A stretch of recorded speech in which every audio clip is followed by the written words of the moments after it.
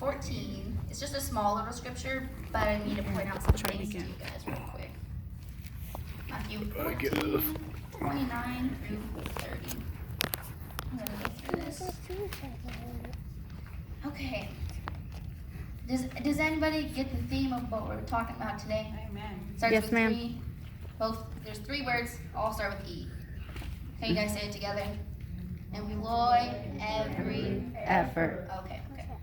Matthew 14, 29 through 30. Amplified and amplified again. Okay, this is Jesus speaking to Peter. And so I'm just paint a picture before I read this real quick. So here's the thing.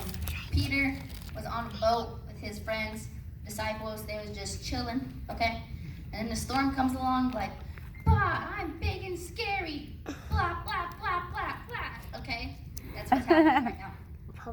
But Peter's like, whoa, that's my home. I see him. You guys see him over there? He's like, what? No, I think that's a ghost. Like, no, that's Jesus, bro. And it's like, oh, snap, you're right. Okay, and then he's like, yo, Jesus, that's you? He said, yeah, it's me. He said, tell me to come on. Okay, this is where we get into the verse, okay? And this is what Jesus said. He said, come. Okay, so that's number 1. Jesus spoke, which was a command. Okay, and then the next part. So Peter got out of the boat, which that means he took an action. That means he employed every effort. Amen. Okay. He says, and he walked on water and came towards Jesus. We're going to take a little pause right there, okay, before we get to 30. But, okay, let's see. Okay, Josh, can you call my name? Okay, I'm walking towards Josh because he just called my name. I'm not texting on my phone, looking like, oh, where is Josh? He just called my name, but I can't see him.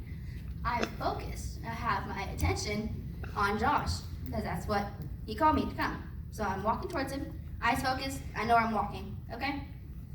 Now, let's relate this to life. Another thing, great man, Pastor Josh Bradle said this. He said, I really want you guys to catch this, okay? He said, whatever has your attention has your affection, okay? And it's so true. If I spend all my attention thinking about one person, thinking about all these bills, thinking about video games, thinking about school, thinking about what I'm doing tomorrow, it has my affection. And who doesn't have my affection? Jesus. Who should have your affection? Jesus, okay? So let's keep going. So Peter had his eyes focused on Jesus. But then what happened next? But when Peter, saw the effects of the wind, when he paid attention to those around him, when he started focusing on his bills, when he started focusing on how his family's falling apart, Right. when he started focusing on how his marriage wasn't working out, blah, blah, blah, blah, he was frightened. And then he began to sink. And he cried out, Lord, save me. But, look right here. Once you, I'll point this out, once you take your attention off of Jesus, first thing that happens, fear, okay? You're in fear because you don't know what's going to happen next. When your attention is taken off of Jesus, you get into fear, and then you start to sink, just like Peter did right here. And the Bible, the Lord put these things in the Bible, not just for show and tell, it's for life, guys. Amen. And like once you apply it, once you employ every effort, Amen. you will get so far in life, I promise.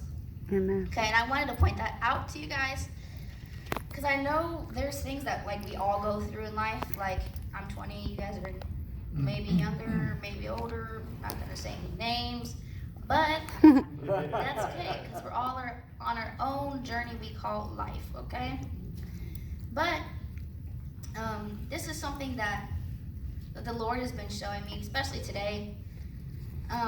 Just employing every effort because it's so true. Because if you don't try to employ any effort, like that's when like the world is gonna take over. And like it sounds so cliche to say, but if you for real don't like seek the Lord or like have your attention fixed on Him, then that's when like bad things enter your life. Okay, because you're in disobedience. And when you're in disobedience, you're in darkness.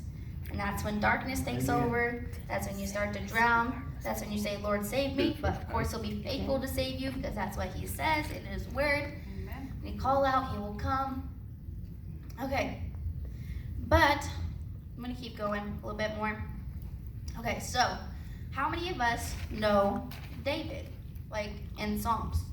Josh talked about him a little bit, but he's super cool, okay? I want to show you guys this passage in Psalm 63. Let's turn that real quick. Okay, so a little background on David. David was not the best dude. He like killed somebody and like slept with this girl and like not good things. He like danced in the street naked, which probably was illegal. I don't know. Just random things, okay? But the Bible says that he had the heart of God, like Right. he's after God's own heart. Right. Wonder why. Let's find out real quick. Psalm 63. All right, and in my Bible, I don't remember where I heard this from, but I was listening to this podcast of this pastor, and he was talking about Psalm 63, and he was actually talking about seeking him. And so I wrote it in my Bible. In Psalm 63, I wrote seeking him, so I can remember what this passage is about. But the title in mine, I don't know if it's the same as in your guys's, but it says, The Thirsting Soul Satisfied in God. And so when David wrote this, it says that he was in the wilderness of Judah. So it was just him and God, and like that was his way to like express to God like what he was to him and how he felt about him. Which you don't have to be in the wilderness of Judah to tell God that, you know. You can be in the shower, be in the closet, you can be laying in bed, anywhere really, just you and God. Yeah, in the car, I heard that. Okay, but I'm gonna read this whole thing to you guys. I say whole like it's huge, but the Psalms is like not that like that. It's like a smaller passage, but I'm gonna read it to you guys real quick. So he's expressing his heart to God, and he says, "Oh God, you are my God. With deepest longing, I will seek you. I will seek you. My soul, my life, my very self thirsts for you. My flesh longs and sighs for you. In a dry and weary land where there is no water." Maybe you don't have any provision in your life at the moment. What do? Cry about it, or do you seek him? I don't know. "So I've gazed upon you in the sanctuary to see your power and your glory." You want power and glory from God? Seek him. "Because your loving kindness is better than life." Your loving kindness is better than life. That one verse right there just gets me. It says, "My lips shall praise you. So I will bless you as long as I live. I will lift up my hands in your name.